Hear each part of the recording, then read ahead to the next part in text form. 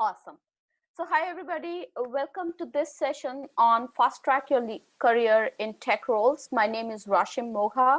I'm Senior Director of OCI Oracle Cloud Infrastructure Product Management, where I basically am a cloud evangelist. I get an opportunity to talk to cloud enthusiasts about how to move to cloud, share use cases, customer case studies, and basically articulate the comprehensive product features and services into articulable business benefits. So that's what my background is. For those of you who would like to connect with me, uh, my social media details are there: Twitter handle, YouTube channel, my website, and also the link to my book, Fast Track Your Leadership Career.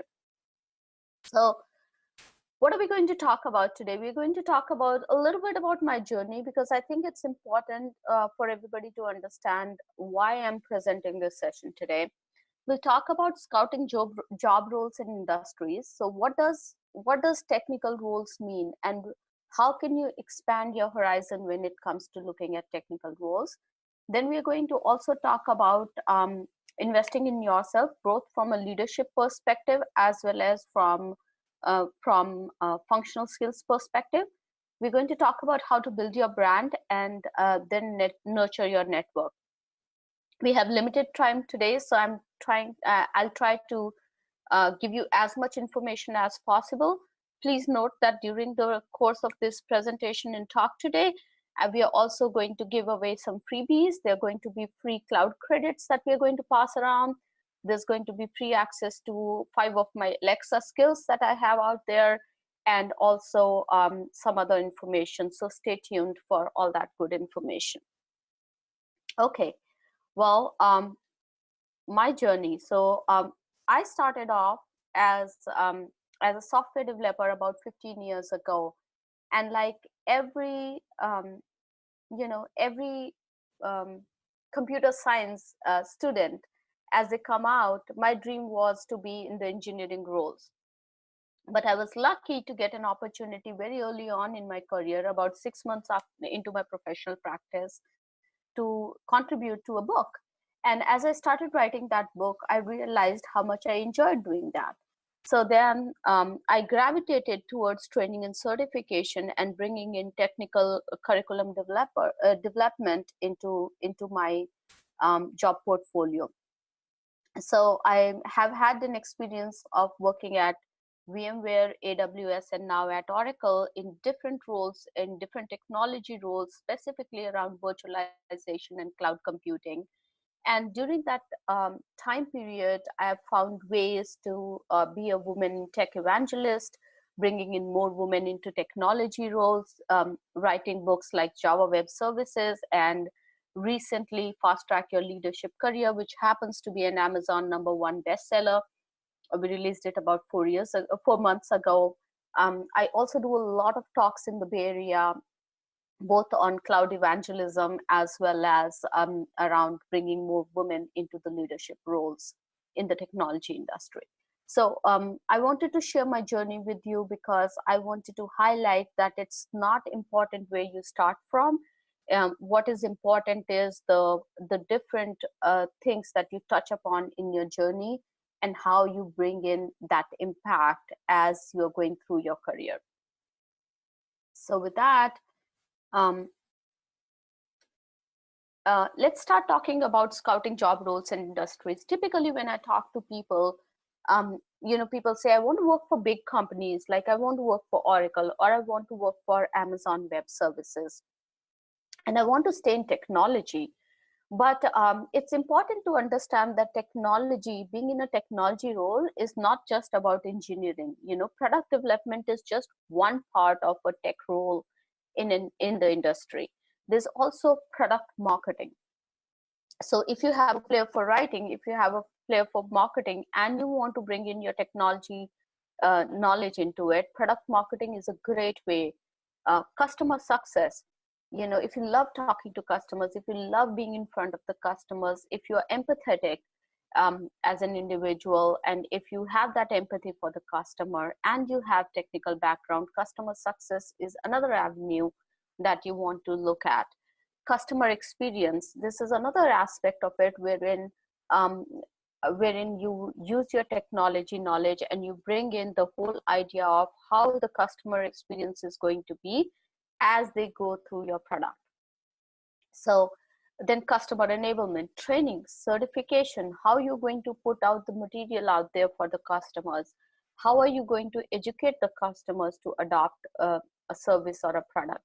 Now, one thing that I want to highlight is that product development is actually probably the most easiest part of introducing a product into market or bringing a product into market. The hard part is actually what is your go-to-market strategy going to look like? How are you going to make sure that the product that you have, users see value in that product and users actually adopt that product, right? So that's where the whole customer enablement and customer experience piece comes in. Then documentation is another area, right? You need to be technical enough to be able to understand that if people get stuck, if people have issues, how are they going to troubleshoot? Go to market and release management. If you have flair for project management and you want to blend in with your technology technology skill set, then go to market and release management is another area that you can explore.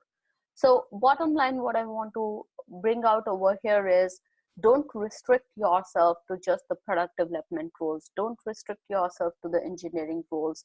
There are a lot of roles that are available in the market right now. Everything touches upon technology, and each of this is a technical role. So so start looking at things differently. And there are various job titles that float around in the market too. So when you start looking at it and you see customer success, don't just think that it is someone picking up the phone and just helping people through maybe how to navigate a website. There's a lot more to it. Or customer enablement, don't just think that it's all about developing PowerPoints. There is a lot more to customer enablement than just developing PowerPoints. It's being out in front of the customers. It's helping them design their architecture. It's helping them achieve the goals that they want, the business goals. It's very technical as a role. So look at all these options, go through the job descriptions carefully, and don't discount, don't search for keywords around engineering, just expand your horizons. So now that you know about the job roles, let's talk about some industries as well. Gone are the days when technology industry was all about 5 or 6 companies like Oracle, Amazon, or VMware, or Hitachi, or Intel. There is a lot more now that's available in every industry if you look at from a technology perspective. Look at retail. I'm not sure if you guys know or not, but most of the retail companies now have a huge IT team. And that's because most of these retail companies are now moving online, right? Now conducting so much of their business online. FinTech, FICO, E-Trade, high-tech industries obviously are there. Then oil and gas, non-profit. There's so many non-profits that are running their business on the cloud and on the web. And there are huge, big IT teams that they invest in to run their business. Education, Edcast, big platforms like Pluralsight, lynda.com, all these sites that run their business through the internet, over the internet, are a great place to be in a technology role. Space and astronomy, obviously NASA, a lot of other companies that are coming up that are being contracted out by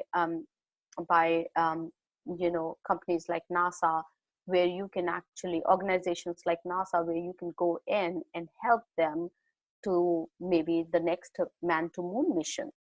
I actually know someone who is actually working on the next man to moon mission. Then legal aspect is another industry with the cryptocurrency coming in, the whole ethics piece coming in. There is so much of demand now more than ever before of the technology folks to be to be part of the legal industry, and then hospitality. So don't just restrict yourself to specific job roles. Don't restrict yourselves to industries. I would say broaden your search as you start looking at the job roles. So with that basic information, let's move on to how do you go about finding the roles. Now, first and foremost is start investing in yourself. It's extremely important that you block 30 minutes each day to learn new skills, both functional as well as leadership skills. Now, many a times when I talk to individuals or when I'm presenting at conferences, people come to me and say, I want to learn new skills. I want to focus on my technology skills or functional skills. Can you help me understand what are the areas that I should focus on? Because when you talk about technology, it's a huge array of things. Should I focus on programming languages? Should I focus on infrastructure? Should I focus on SaaS? Should I focus on AI? Should I focus on big data? And my response to them always is focus on getting the basics of cloud computing right. And that's very, very important. Because if you really look at it, the global cloud computing market will exceed $20 billion of revenue in 2019. That's a huge amount of money. And LinkedIn actually did a survey earlier last year, and they found that the gap in the cloud computing industry was the biggest skill gap that existed. Now, if you're a developer, if you are an AI or a machine learning person, if you are focusing on big data, if you're focusing on developing apps, for everything, you're going to need the basic knowledge of cloud computing. Because either you're going to work with startups who are going to be greenfield and are going to spin up their architecture in cloud, or you're going to work for enterprises who are thinking about already moving to cloud. So it's extremely important that you develop functional skills and have some basic understanding of cloud computing. And then the other aspect is your leadership skills, because in today's day and age, everybody's a leader. You may or may not be a manager, but you are a leader in any organization that you join in, and organizations expect you to behave as leaders. So as I mentioned at the start of this webinar, we are going to share quite a few freebies with you. The first freebie is I am providing you these two links. These two links are essentially for free training that's available for the participants of this webinar on cloud.oracle.com. Please make a note of these links. Aditya, I think you are also going to provide these links later on as a part of follow-up. So if you can't make a note of this right now, stay tuned for the follow-up email that you'll receive from Aditya. But basically, these three sets of videos that you have are product overview videos on Oracle Cloud Infrastructure. Gives you a basic understanding of what does compute services look like, what do storage services look like, how does networking work in cloud. And the best part is that these are 5 to 7 minute videos, very short. Put it in your playlist and use the time that you have if you're waiting for a client meeting or if you're preparing for an interview to go through these videos. I built it in the cloud. Videos are more around reference architectures. So those of you who want to be or will be focusing on architect roles, SI roles, these are good for you because you can basically understand how some of the customers are actually implementing cloud solutions in their real life scenarios. And then just-in-time videos are basically e-learning series. They provide step-by-step instructions on running various tasks on Oracle Cloud. And then for those of you who feel very confident, there is also a link below to go to Oracle Cloud Infrastructure Architect Associate Certification and take the certification. But essentially all these training videos, and there are about 50 of them in this group, that we are making available for free today for you. Now also, one thing that I always emphasize to people is just knowing about things is not enough. you need to have some hands-on experience. So for example, if you say that you know about cloud computing, you should be able to basically log on to any cloud computing vendor's site and be able to create a small, spin up a compute instance, or create a small infrastructure. And to enable you guys to do that, today I am providing you $300 worth of free credits that are good up to for 3,500 hours for Oracle Cloud. And the link would be shared in the email that will follow after this webinar. But make a good use of this. It's a pretty good amount of money to be able to spin up a small infrastructure to see how compute works, how storage works, how networking can be set up, how you can bring in some element of load balancing, if you will, and IAM policies too. So also, as I mentioned, there is, I'm sorry about that. There is an architect level, associate level certification. It's really important that you invest in some sort of certification in cloud. Specifically, if you're going to go the architect route, it really helps improve your market value. We also have some Jumpstart learning labs, self-paced labs that are available for free. So the links that you're going to have for video will also point you to these free labs. And each of these labs is about $10 to $20 depending on what kind of lab it is, but we are making about 5 labs free for you today. So make good use of it. In terms of leadership resources, I just wrote this book, and it's called Fast Track Your Leadership Career. We talk about a template, investing in yourself, and networking and building your support system are 3 chapters in this book. We also talk about how to identify your superpower, how to navigate work politics, how to build an intellectual support system. So give it a try. It's available on Amazon, and it's also available as a Kindle version. We also have a podcast that we do, weekly podcast. It's a micro podcast. I come from a training and certification industry, so I know that everybody's time is important, and attention span is typically about 5 to 7 minutes. These podcasts are great to learn new things about technology, leadership, mindfulness. I talk a lot about mindfulness in the leadership roles, and happiness, right? And at the end of each of these podcasts, I share a free resource that you can use. So give it a try. It's available on like 10 different channels: Apple, Google Play, Stitcher, Breaker, Anchor. So so please download it and subscribe to it and leverage it. Another free resource for you to build your skills. And then, as I also mentioned, I would be providing access to 5 of my free Alexa skills. So if you go, and it's interesting nowadays when I talk about Alexa skills, sometimes people say, but I don't have an Alexa device. I don't have an Echo Dot, or I don't have, I don't have Alexa. And I'm like, do you have a cell phone? And they say, yes. And I said, do you know that you can just download a virtual Alexa on your iPhone and or on your Android device? And people go, wow, I didn't know that. So it's just an app. It's called Amazon Alexa. Just download it on your cell phone. As long as you have an Amazon account, you are free to access any of the skills that are there.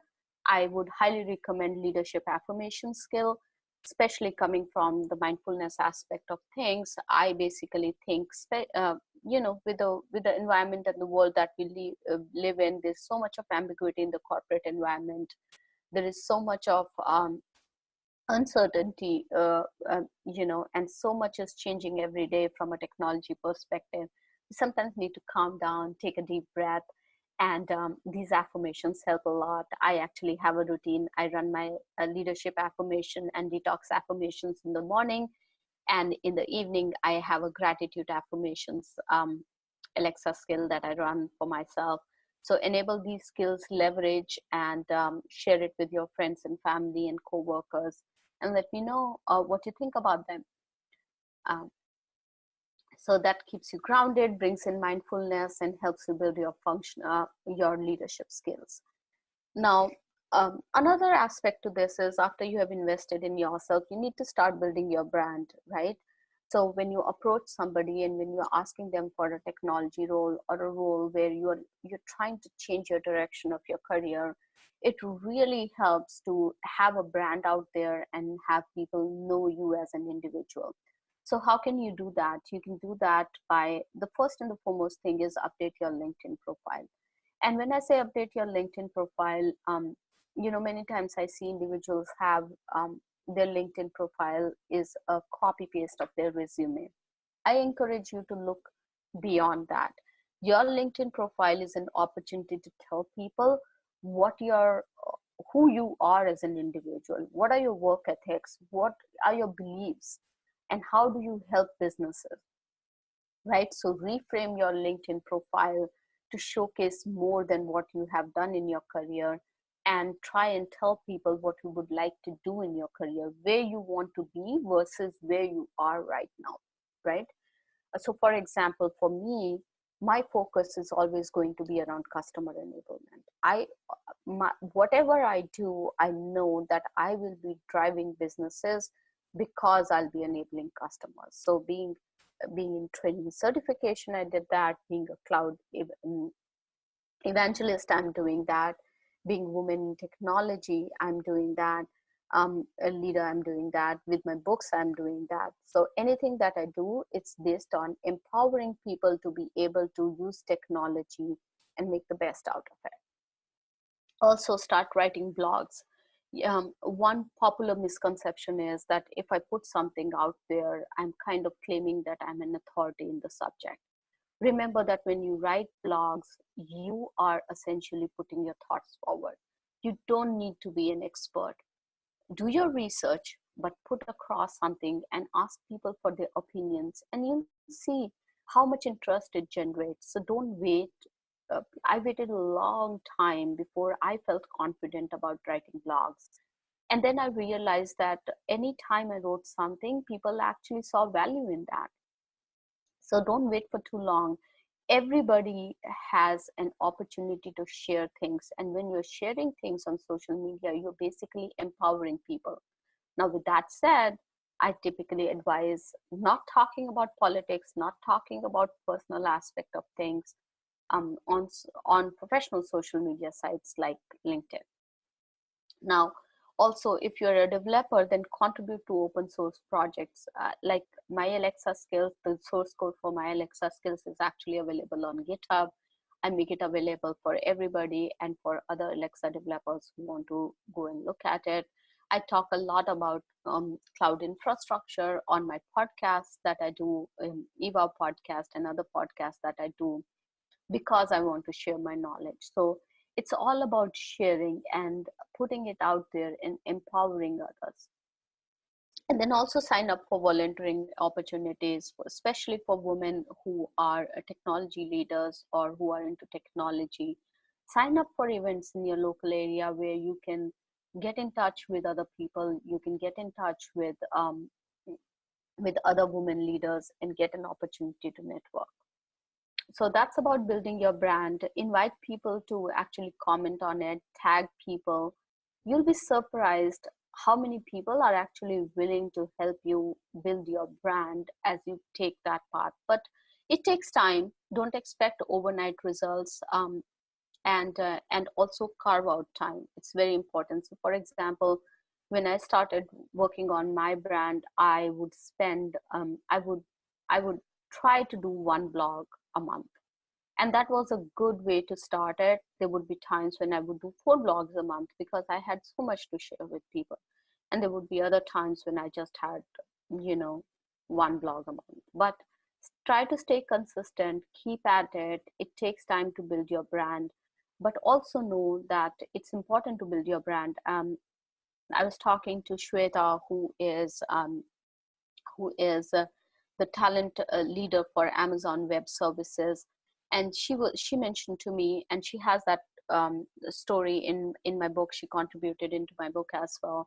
But she was talking to me about how building your brand is so important, because when recruiters actually, before they post out stuff or before a job rec is made available, they scout through platforms like LinkedIn to look for people who have already that kind of, who are experts in that area that they are looking for, and they reach out to them directly. So if you haven't invested in building your brand, if you're not out there, then you miss on that opportunity for recruiters approaching you, right? So it's very, very important to ensure that you have a good social media presence and a strong LinkedIn profile. In my case, I got my first job in the United States through LinkedIn.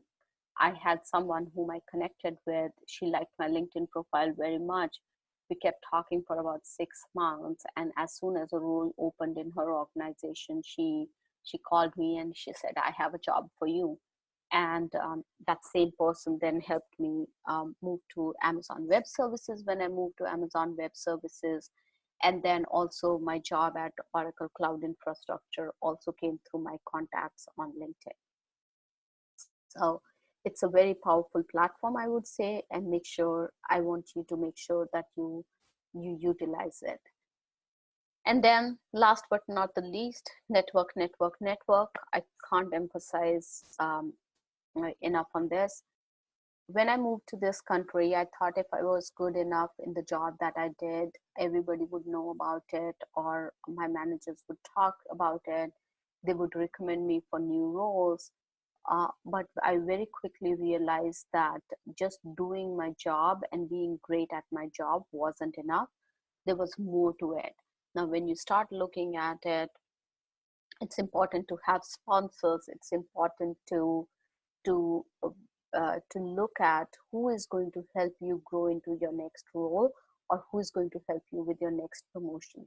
Now, gone are the days when if you did a great job, your manager would know about it, your manager would put you up for promotion, and voila, you'll get promoted and you'll have your next role. In today's day and age, it's actually whenever, especially in leadership positions, when a person moves from one role to another, there are at least about 5 to 6 people who are stakeholders or sponsors who have an influence. And you need to build that support system, and you need to have that sponsor pool. And to build that sponsor pool, you have to network. We typically think networking is all about socializing, but networking is not socializing. They're two different things. You have to be very strategic about whom you network with. Start off with common areas of interest. Remember that don't try to make the sale in the first meeting. So don't go in the first meeting and say, "Hey, I need a job. Do you have a job for me?" You build your network, you nurture it, and then you kind of leverage it. And remember that with any network, it's going to be a give and take. So you'll have to, it's like a bank, you'll have to deposit some to be able to take out something. And more about this in detail in terms of how to network and how to find your sponsors. I have it available on my eVow platform that's available on my website. I'll have the link shared. And for anybody who is participating today, we're providing access to that platform for free. And also a great deal is covered in my book. So if you get an opportunity, definitely, get the book and read more about it. But with that, over to you, Aditya, and any questions that we have. Thank you so much, Rashim, for the wonderful information and the presentation. I really enjoyed it, and I'm sure all of our participants have found it like really, really useful. So the platform is open for questions now. So anyone, if he has any questions, you can let us know in chat, or you can unmute yourself and ask your question. And Rashim, you can probably like stop sharing your screen if you want. Okay.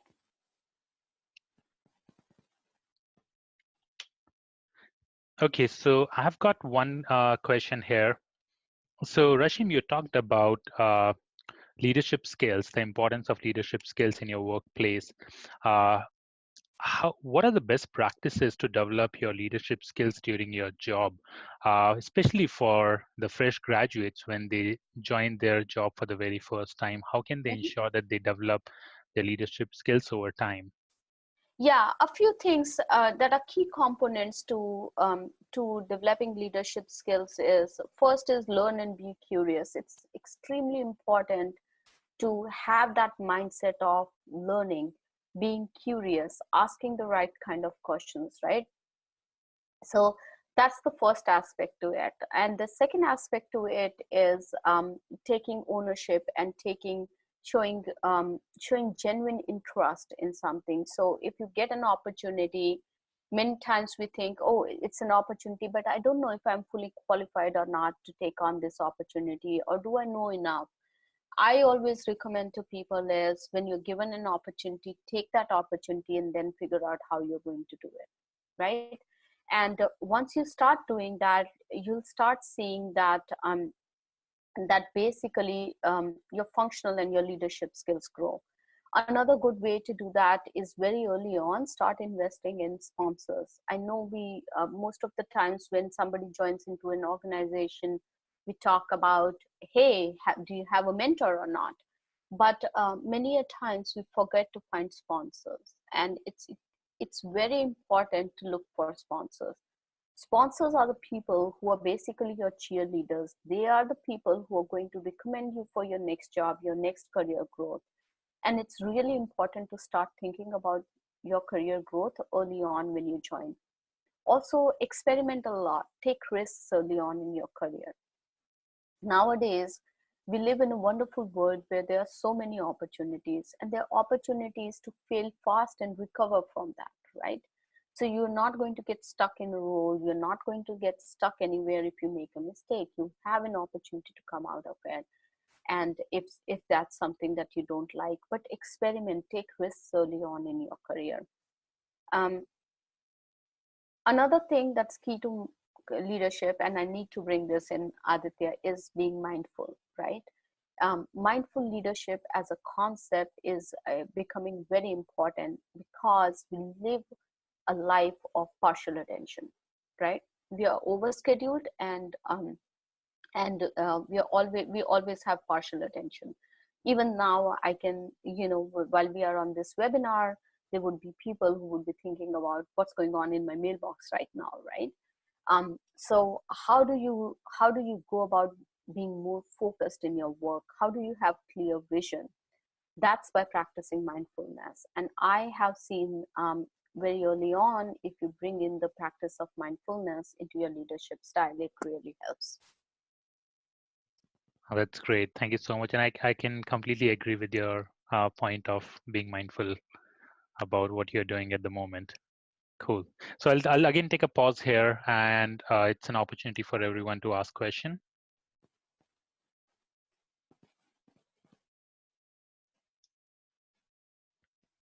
Okay, so here we have the next question. So Rashim, you talked about personal branding and how important is it to build your personal brand. So you mentioned that we can use our LinkedIn profile to build our personal brand, so it will allow people to identify who we are. But how can one build their personal brand in the workplace? Because when you join a new company, people are not aware of yourself, and Mhm. not everyone checks your LinkedIn profile. So what's the best way to communicate, or this is my personal brand, or how can you develop it over time?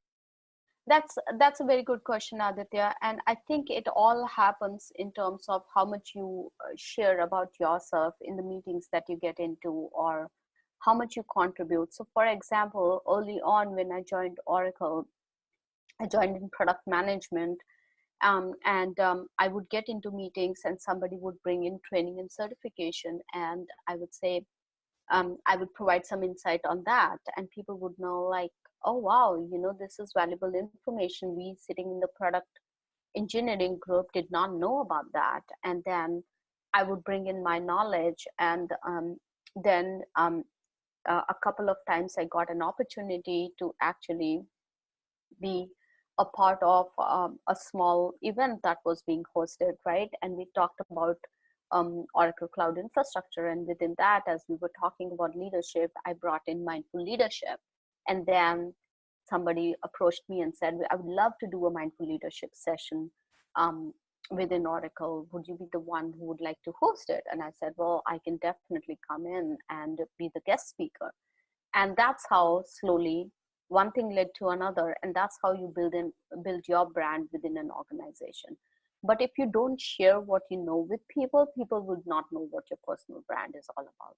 Also, use the networking opportunities, use the opportunities to share with people what are your areas where you are passionate about. And it needs to come from a genuine place of being able to make a difference and help others and empower others. Hmm. Thank you. And you talked about the job search on the LinkedIn, like it uh, that you utilize LinkedIn platform to land your first two jobs. Uh, so, do you have any specific strategy for LinkedIn to find a job, or it's just about like sending the connect request to the right people, or what would be the best strategy to get the results from LinkedIn? Yeah.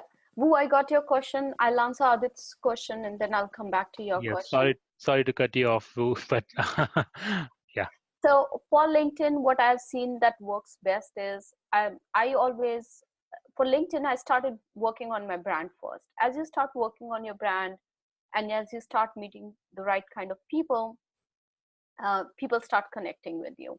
When you see an opportunity that's open or that's something of interest to you, I typically look at who in my connection pool or in the second connection pool can help me understand more about the job role. And and what I have found works the best is if it's about a particular job role, you reach out to the recruiter, add to your connection, and say, would love if you can recommend me to this job role, or can I understand more about this job role from you if the person is hiring. um, what does not work is sending your resume to somebody as a connection request and saying, please look for a job that suits my resume and get back to me. And I see a lot of that happening to me as well. Whereas where people are like, here is my resume, can you let me know if Oracle has a job for me? um, we get all these requests so many times in a day that it's hard for us to go through each and every resume and then figure out which job role where. And when you talk about Oracle, we are talking about like over 10,000 plus people. So that does not work. So do that groundwork yourself, figure out which job role do you fit in, go to the company websites, look for roles that are available, and then reach out to the people and say, I'm interested in this job role, would you mind recommending me?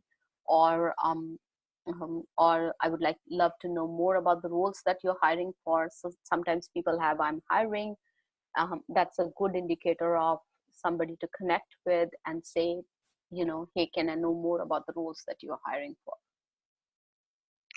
Great. Thank you. And I'd like to voice out Wu's question so that everyone is aware. Yes. So Wu has asked a question that I just joined a company which helped me to learn, but personally don't like the company culture. Could you share some experience on finding the right company culture? Yes, I have been through I've been through experiences myself, Booth, so I can completely relate to in terms of not liking the company culture. And if you're anything like me, getting up in the morning and going to work is hard because you don't like the company culture. So here is what I typically do when it comes to company culture. Before I interview with a company, I like to talk to a few people in terms of what the company culture is, right? I also go through Glassdoor, for example, and look at what the reviews are. When people say great business, great business uh, product, great offerings, but company is not people centric, that's a red flag for me. As a woman in technology, I also do a research on LinkedIn to see how many women leaders are there in the company. So for example, when I joined Oracle, when I had an offer from Oracle, I actually went in and checked how many women VPs and senior VPs and executive VPs are there at Oracle, because I wanted to basically know that the company that I'm joining will provide equal opportunities or will at least have that sensitivity towards bringing more women into technology.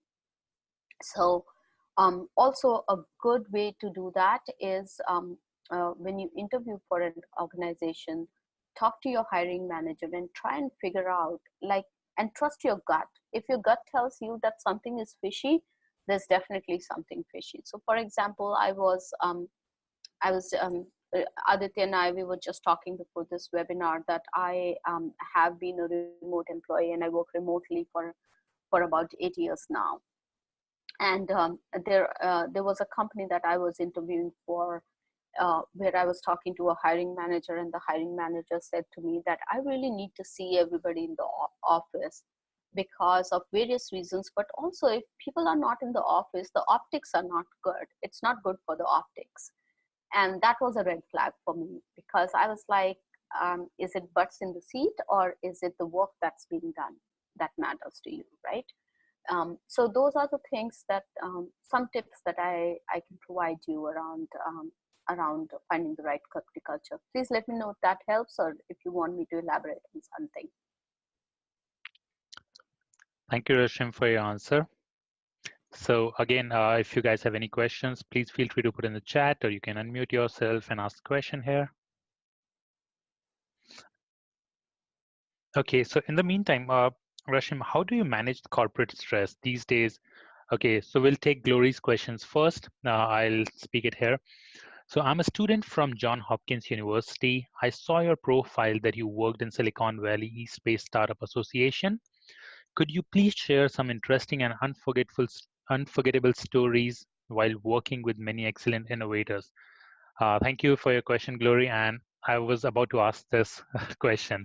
So, Rashim, you can go ahead and answer this. Thank you. Yeah, actually, I'm going to respond to Wu's question first because it kind of ties into her previous one, and then I'm going to come back to Glory's question. When is the best time to quit? Rachel, if there is a knot in your stomach and you're finding it hard to get up in the morning and going there, this is the time to quit. If it's not there yet, but if it's a red flag for you, I would say look for a job that works for you, look for another job, and then make a move. So hope that helps. But remember, nothing is more important than your mental and physical health. And I know that if the company culture is not right, it starts impacting your mental health, and eventually has impact on your physical health. So if you're not finding the culture right for yourself, start looking for a job now, and quit as soon as possible.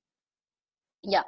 So coming back to Glory's question, so I volunteer at Silicon Valley Space Startup Association, and this association is all about helping the innovators in the Bay Area to kind of understand, what the market looks like. It's very, very interesting. Some stories that come to mind, and I won't name people, but so I was working with this one group early on, and there were a couple of engineers who had this idea about what they thought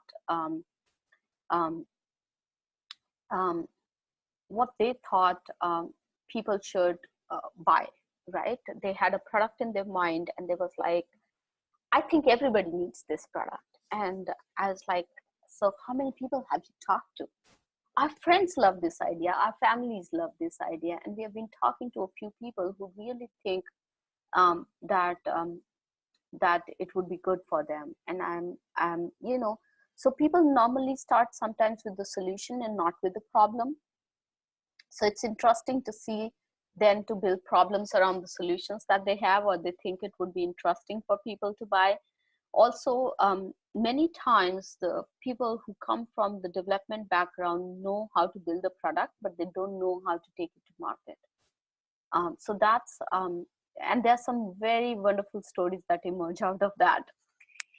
And so that's interesting. And then I had this great chat with somebody who was actually, he and his wife, they were building a monitor to basically,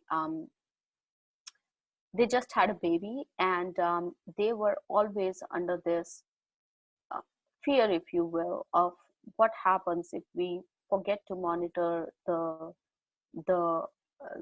the baby monitor that we have, and the baby stops breathing. So they were actually putting together sensor that would help them or ring an alarm if the baby doesn't have body movements for like 30 seconds or a certain amount of time. And I thought that was a great idea that they were working on, because it came from a real problem. And it was interesting, like, we went through the process of how they were going to take it to market and everything else, and started having the discussions. Also, some very interesting stories around when people start looking for funding and they have this huge amount of confidence, and as the whole VC process goes through and the funding process goes through, some great examples of how people have used their personal brand, have used their networks to get that funding. Okay, so Thank you. any suggestions for students to enter a startup company or a big name company as a first job? So for you, Glory, and for everybody else, I would say that start building your brand as even when you are a student, right? Don't wait for somebody else to come in or a dream job to land into your into your pocket before you start building your brand. By the way, there's nothing that exists that's a dream job. That's just a unicorn out there that I haven't seen. Um, so start talking. So for example, if you're passionate about something, start talking to people about it. Look for companies or big names where you think you can make an impact. Try to connect with some of those people. And I know about a few people who actually wanted to get hired in Oracle. They attended a couple of my seminar. I met them at I actually met one of them at Women Transforming Technology conference where I was speaking last year. Met with them, they stayed in touch, followed me on social media, and then when they saw a job that came up, they said, can you please recommend me for this? And I was happy to pass on that resume, and she finally found the job in Oracle. But don't wait for your results to come in, or you having your final graduation degree or your certificate, program certificate, before you start looking for a job. Start early on. Also look for companies where they have college recruitment. So if you go to conferences like Grace Hopper conference or some in the Bay Area as well, I know Women of Silicon Valley is coming up, and a few other um, conferences. They are basically recruitment teams that are out there. So go make a stop at each of these recruitment booths and share your resume with them. But leverage LinkedIn. I mean, I am a big proponent of LinkedIn because all the jobs that I have found, I've found them through LinkedIn, through my contacts. Great. Thank you so much, Rashim, for sharing Yeah, your and feedback. also, I want to go back to Glory's question one more time. And then, Glory, don't be stuck on a particular role or a job title when you look for a role. Look for what's available and whether it matches with your skill set or not. I'm not saying that take up a job role that is not of interest to you just because you need to get a job, but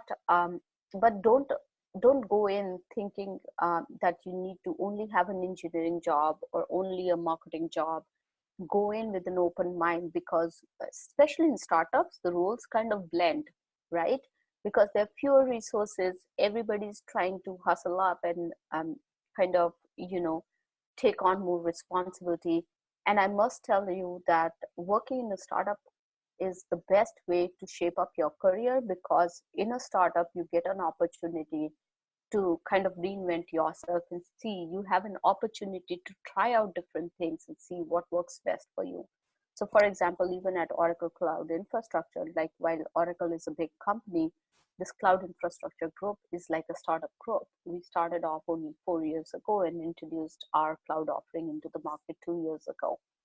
So well, first-hand experience working at a startup is the best way to figure out what gives you joy and happiness, because what you study might give you joy and happiness, but when you enter into the workplace, what gives you happiness might be completely different from that.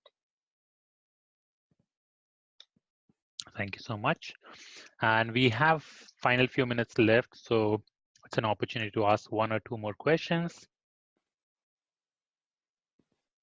So until we get the next question, Rashim, if you can answer my question, how do you manage the corporate stress?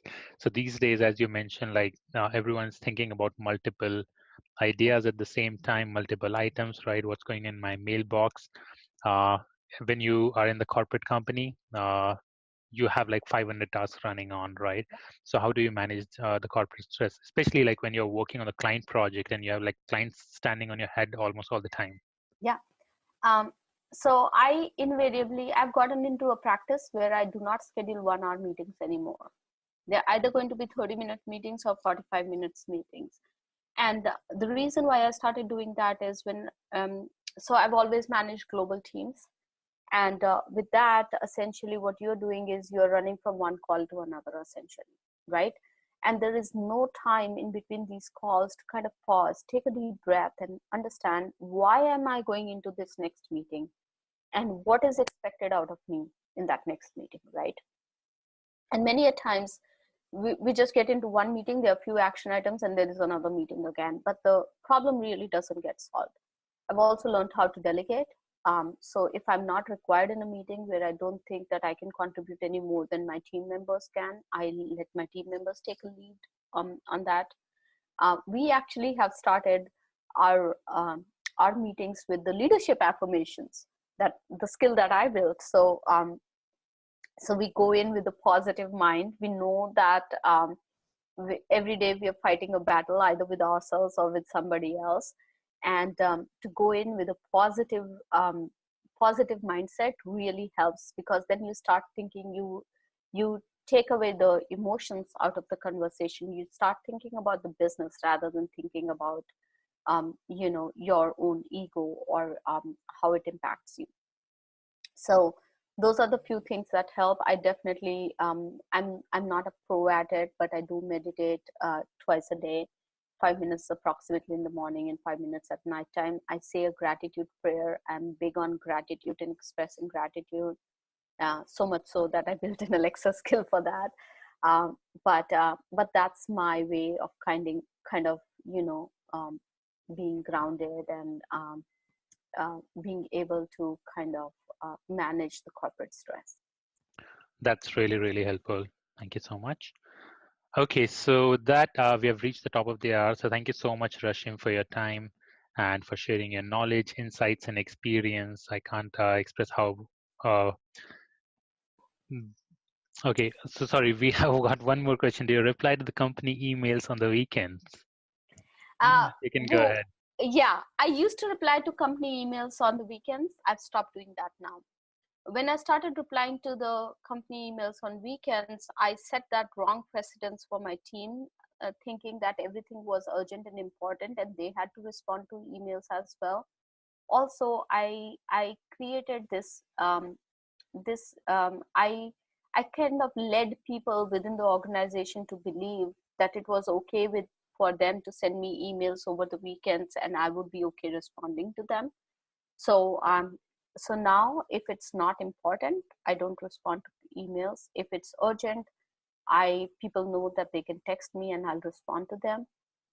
But for the sanity of my team and for the sake of setting right kind of expectations, I have stopped responding to company emails on weekends. And it's all about setting expectations. It's not that I'm not going to work on weekends, or if it's it's just about kind of, there's a perceived value to an individual as well, right? And you don't want to make people feel that it's okay to kind of have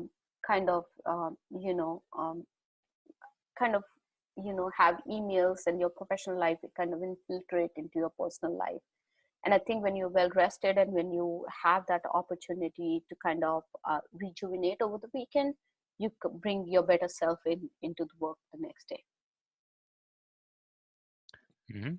Thank you so much, Rachel, for your question. It's a very important question. And actually, that defines the company or even like the team culture, and it flows from the leadership always. Yeah. Okay, great. So, as a final note, thank you so much, everyone, for joining to this webinar today. Special thanks to you, Rashim, for sharing the wonderful insights. As the next steps, I'll send a short survey to everyone about this webinar. Please take 2 minutes of time to respond to that. Also, I'll drop a follow-up email with the links that Rashim mentioned at the beginning of the call about Oracle Cloud training, and also the $300 credit for the trainings. So you'll get all the information in that email. So you should get it by end of today. Also, I'll attach a high counselor introduction deck that you can use to identify about our counselors, about our practices, and how we can help you. Also, you can visit our Eventbrite channel for all the future webinars. We conduct webinar almost every week. So yeah, thank you so much for your time, and have a wonderful week ahead. Thanks, everyone. Thank you, everybody. Thanks, Aditya. Thank you.